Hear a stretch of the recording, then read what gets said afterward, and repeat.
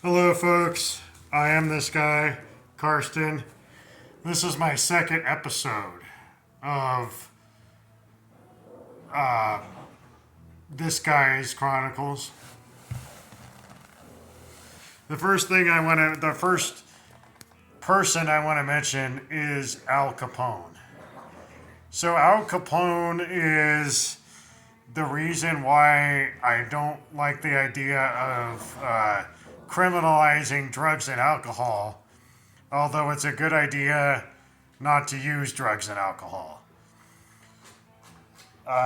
When you use drugs and alcohol, you can get into these altered states, and your memory could not be there the next day. Now, memory loss is a real big problem. There was a movie called 51st Dates that dealt with the memory loss issue. And uh, it's a shame when there's memory loss, because who we are is our own memories and our own ideas and concepts and who we've been and how we've been and where we've been. That's memory. So without memory, like if I didn't remember today, for instance, that I took my dog Luke, that I took my dog Luke for a haircut. If I didn't remember that, I might tomorrow take my dog Luke for a haircut, and then the next day take my dog Luke for a haircut, and on and on and on until until his hair got shorter and shorter and shorter. Uh, yeah, in some sense, I think that's how some men go bald. You start plucking your hair off, you forget, and then the next day, you keep doing it and keep doing it and keep doing it. So Al Capone was a he sold alcohol during the Prohibition times, and the Prohibition times was between the 18th and the 21st Amendment, if I'm correct. Let me go get my Constitution. Well, as a matter of fact, I've got constitutions everywhere. There's a Yeah, here we go. The Constitution of the United States. So I don't think Al Capone's name is in here, but let me search for amendments here. There we go. All right, so here we go.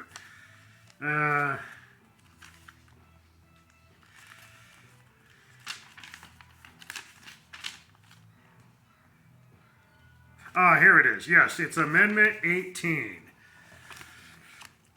Section 1. After 1 year from the ratification of this article, come here, Luke. Come here, Luke. That part isn't in here. Come here, Luke. Luke. Come here. Yes. Okay. Yeah, it doesn't say come here, Luke, in the 18th Amendment. Okay, after 1 year from the ratification of this article, the manufacture, sale, or transportation of intoxicating liquors within, the importation thereof into, or the exportation thereof from the United States and all territory subject to the jurisdiction thereof for beverage purposes is hereby prohibited. Section 2. The Congress and several states shall have concurrent power to enforce this article by appropriate legislation. Section 3. This article shall be inoperative unless it shall have been ratified as an amendment to the Constitution by legislatures of the several states. Now, when it says several states, I'm assuming that what that means is all the states, even Alaska and Hawaii. Well, especially Alaska and Hawaii. As a matter of fact, that's another thing. all jurisdictions in the United States are equal. I forgot where I left off. Oh, several states. As provided in the Constitution, within 7 years from the date of the submission hereof to the states of Congress. And there's a note here on the bottom. It says the 18th Amendment was ratified January 16th, 1919. Do you remember where you were that day? I sure don't. That was, let me think here, that was 67 years before I was born, I think, if my math is correct. It was repealed by the 21st Amendment, December 5th, 1933. So, I don't like to skip ahead. Let me, the 19th Amendment, so that's the 18th. The 19th Amendment, we'll get to the 21st, but the 19th Amendment is very important.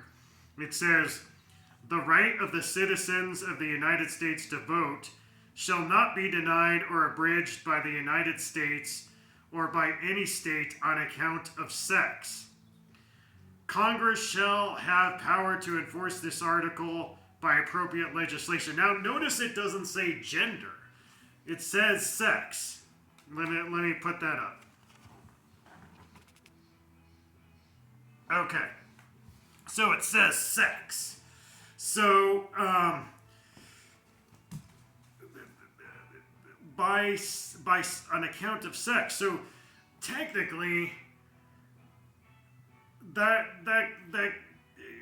what that actually means, they use sex for gender here. I would have said gender, but what that means is men and women. So you can't deny people the right to vote based on sex. Okay. Now, the 20th Amendment, it specifies, let's see, well, like I said, why skip over anything? So let's read it all the way through. The 20th Amendment. Section 1. The terms of the President and Vice President shall end at noon on the 20th day of January, and the terms of senators and representatives at noon on the 3rd day of January. Of the years, now, I'm thinking there, how about before the 20th Amendment? When did you take office? Was it just any day you wanted? You know what I mean? Or did it have to be someday in January? I mean, okay, anyways. Of the years in which such terms would have ended if this article had not been ratified, and the terms of the successors shall then begin. Section 2. If Congress shall assemble at least once in every year, and such meeting shall begin at noon on the 3rd day of January, unless they shall by law appoint a different day. Section 3. If at the time fixed for the beginning of the term of the president-elect shall have died, the vice president shall become president. Now again, what happened before the 20th Amendment? How did the vice president then become president? Because this seems to have been written after the assassination of Lincoln, and I think it was his vice president who became president, but I don't even know off the top of my head who that even was. If a president shall not have been chosen before the time fixed for the beginning of his term, or if the president-elect shall have failed to qualify, then the vice president-elect shall act as president until a president shall have qualified. And the Congress may by law provide for the case wherein neither a president-elect nor a vice president-elect shall have been qualified, declaring who shall then act as president, or the manner in which one who is to act shall be selected, and such person shall act accordingly until a president or vice president shall have qualified. Section 4. The Congress may, by law, provide for the case of the death of any of the persons from whom the House of Representatives may choose a president whenever the right of choice shall have developed upon them, and for the case of the death of any of the persons from the Senate may choose a vice president whenever the right of choice shall have developed upon them. Section 5. Sections 1 and 2 shall take effect on the 15th day of October following the ratification of this article. Section 6. This article shall be inoperative unless it shall have been ratified as an amendment to the Constitution by the legislatures of 3/4 of the several states within 7 years from the date of its submission. Okay, and that was ratified. The 19th Amendment was ratified on August 18th, 1920. So just a year after the 18th Amendment. That was the 19th Amendment that guaranteed the right to vote regardless of sex. The 20th Amendment was ratified January 23rd, 1933. And then we have the 21st Amendment, and that was ratified December 5th, 1933. Section 1. The 18th article of amendment to the Constitution of the United States is hereby repealed. Section 2, the transportation or importation into any state, territory, or possession of the United States for delivery or use therein of intoxicating liquors. Intoxicating liquor. So, technically, since it's talking about intoxicating liquors, I'm thinking, doesn't a drinkable fall within the 18th and the 21st Amendment? In violation of the laws thereof is hereby prohibited. Section 3. This article shall be inoperative unless it shall have been ratified as an amendment to the Constitution by conventions in the several states, as provided in the Constitution, within 7 years from the date of the submission hereof to the states by the Congress.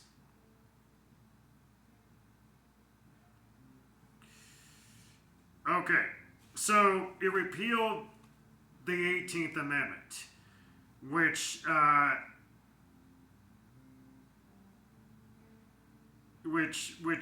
outlawed the manufacture, sale, and transportation of intoxicating liquors within. Meaning, at that point, intoxicating liquors were legal after the 21st Amendment came into being. But that the problem is, one thing to note is if they believe then that the 18th Amendment was even required in order to ban alcohol, I believe you need a constitutional amendment to ban any drug. So I feel like all drug laws are invalid unless there's an amendment, which there's not, because it's been completely repealed by the 21st Amendment. And these dry laws, like these dry counties, I don't think that's constitutional to have a dry county, because the 18th Amendment has been repealed by the 21st. Now, a lot of these home manufacturing laws and stuff, I don't think that's legal either. Plus, it backfires. When you have, for instance, here in Crestline, there are numerous speakeasies. And there were speakeasies everywhere during the coronavirus for a different reason, because of the lockdown. And that's nowhere in the Constitution that you can have a lockdown. So it creates a higher monetary incentive to it creates a higher monetary incentive in order for a crime lord to come in and just wreak havoc like Al Capone did, and it was also notably a violation of the Fifth Amendment as well, because how they actually got him, sadly, was taxes.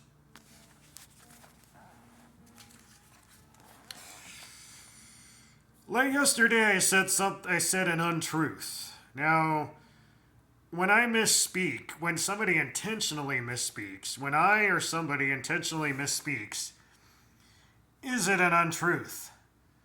Well, no, it's not, because I meant to say something else. And what I meant to say was marijuana was the least of my problems, and the most of my problems was caffeine, except when I was driving, and then it became alcohol. But I don't drink anymore. I don't have energy drinks anymore. I'm noticing far more energy. Anybody can point to me and say, now there's a guy who has far more energy than 2 weeks ago. And that's because I haven't had caffeine. So caffeine, there are studies, I found this one time on Wikipedia, and I believe Wikipedia is in principle, a very, very good encyclopedia. Except that now it has the censorship problem that Facebook, Twitter, and all of the rest of the internet had when they were just banning everybody left and right in clear violation of freedom of speech, which is the basis of the First Amendment.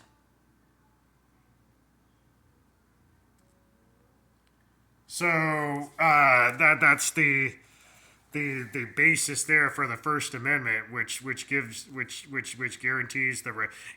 Freedom of speech comes. There's kind of an inherent freedom there that can't be taken away by government, and which is you have the right to say whatever you want, as long as you're not threatening people. You have the right to say whatever you want. To me, I mean, the First Amendment says that, well, let's go to the First Amendment. Since I'm talking about the First Amendment, let's go to the First Amendment. Now, I'm going to eventually get through the whole Constitution and all of the amendments. But let's start with the First Amendment. The First Amendment says, Congress shall make no law respecting an establishment of religion, or prohibiting the free exercise thereof, or abridging the freedom of speech, or of the press, or of the right of the people peacefully to assemble and to petition the government for a redress of grievances. All right here. Now, it doesn't really say that states can't ban it, except for an interpretation of the 14th Amendment.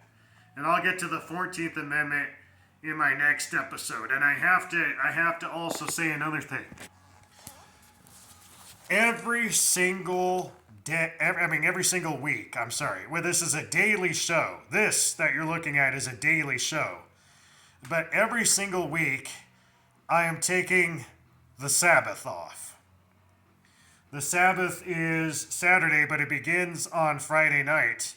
And as you can see, we still have some sunlight out there. There's still some sunlight.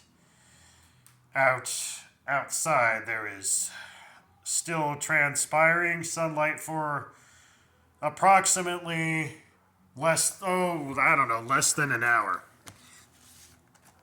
But Friday is the Hawaiian day, so every Friday I like to wear a Hawaiian shirt and share my Hawaiian aloha love through the shaka. I also this isn't even a misspeak. but it's kind of like a miss dance in some sense. When I was doing the frog interpretation, I accidentally did the last night song, where I went down, and really the frogs, they went up like that. Okay, so I can't even do the upward. That's another problem. I could scrunch my head way easier than I can I can compact my head easier than I can expand my head. So I'm almost thinking maybe one day I might need a chiropractic adjustment, but I'm very scared that all of my joints will be dislodged. I also saw an episode of Penn and Teller Bullshit where they were saying chiropractic is nothing more than some bullshit.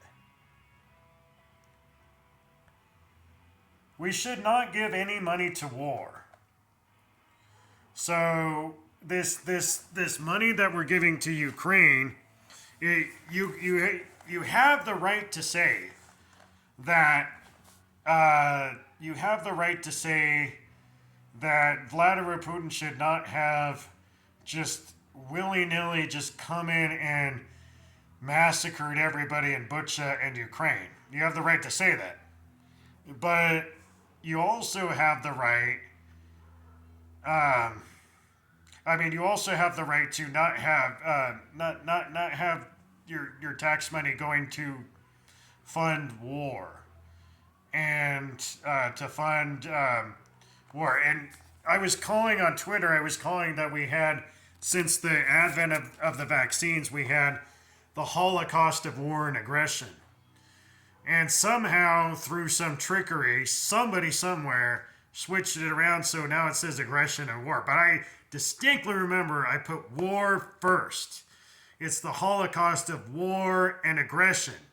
And every war has a Holocaust. War is not as depicted in Saving Private Ryan. As gory as it is, that's part of war, but it's also a Holocaust where people are forced out of their homes, men, women, and children, and they're all raped, tortured, mutilated, and burned and killed.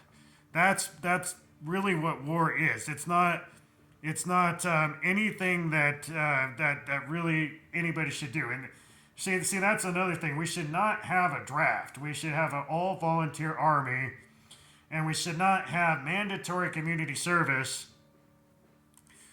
Really wish Robert F. Kennedy, I'm glad he endorsed Trump, but I really wish he would have talked more about how his uncle's idea of mandatory community service was just not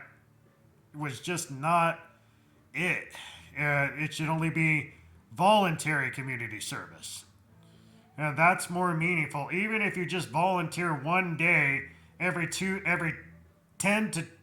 if you volunteer one day every 2 to 10 years, that is way better than somebody forcing you to volunteer every week.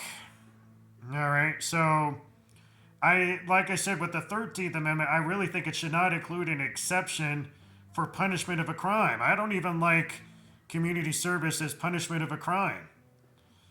I think we need a prevention approach for crime rather than a punishment approach. How do we prevent people from committing crimes rather than how do we punish them after? The goal should be not incarceration of as many people as you could possibly imagine, but the goal should really be preventing everybody, kind of imagining that everybody has good in them and nobody should really be a criminal. And if there wasn't prohibition, maybe Al Capone could be doing something else, like owning a bar and passing out no taxes on tip flyers.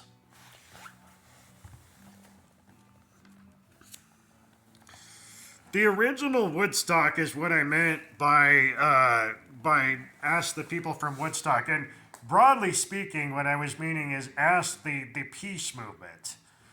Now the peace movement. Now the look at when you really look at it, the peace movement has switched around a couple times.